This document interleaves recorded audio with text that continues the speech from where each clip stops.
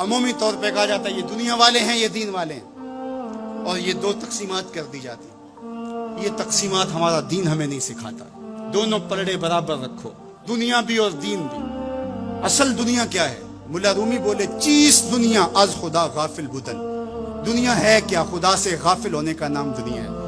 وہ آپ چاہے ممبر پہ بیٹھ کے غافل ہیں یا دکان پہ بیٹھ کے غافل ہیں، وہ آپ دنیا داری کر رہے ہیں. یہاں مقصد لوگوں کے دل اپنی طرف موڑنا، لوگوں کی جیبیں ڈھیلی کرنا، لوگوں میں اپنے آپ کو محبوب اور اپنے آپ کو جو ہے وہ لوگوں کا مقصود بنانا، اپنے بت کو تراشتے رہنا کہ لوگ پوجا پاٹ کرتے رہیں. یہ ممبر پہ دکانداری ہو رہی ہے.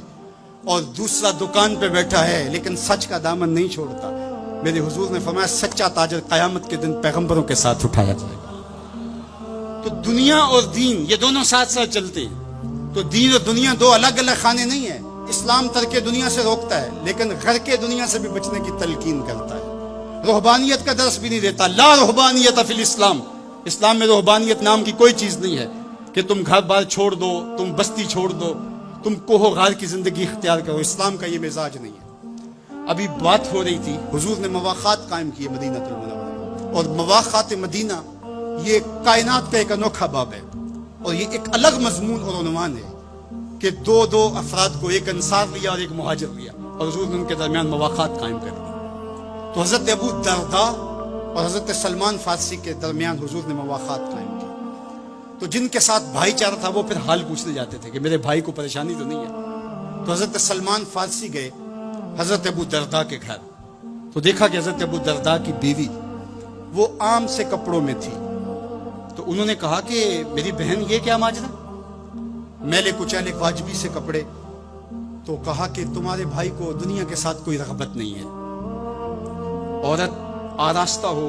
حضور نے عورت کی خوبیاں بیان کی کہ بہترین عورت وہ ہے جب اس کا شوہر دیکھے اس کو تو اسے خوش کر دے. اس کا لباس، اس کی حیت اور طرز زندگی ایسا ہو کہ مرد کے لیے مسرت، خوشی اور سرشاری کا ذریعہ ہو، تاکہ اس کی نظر یکسو رہے اور اس کے خیالات پر آگندہ نہ ہو، اس کی سوچوں میں آوارگی نہ آنے پائے.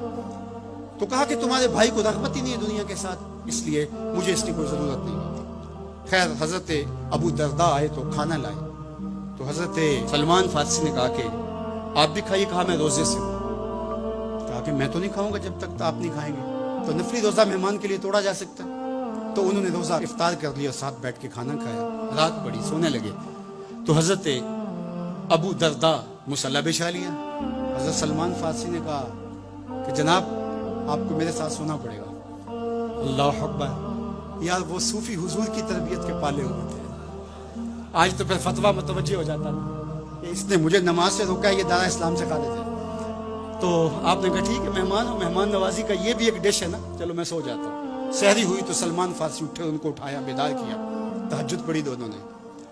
اور پھر حضرت سلمان فارسی نے کہا کہ تمہارا میں نے عمل دیکھا، تمہاری بیوی کے کپڑے میلے کچیلے تھے، تم نے روزہ رکھا ہوا تھا اور رات تم قیام کرتے ہو.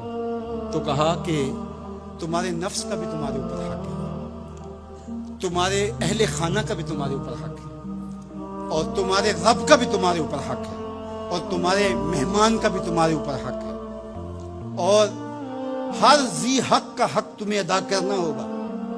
اور یہ بات چھڑی اور پھر دونوں چلتے ہوئے حضور کے پاس آ گئے.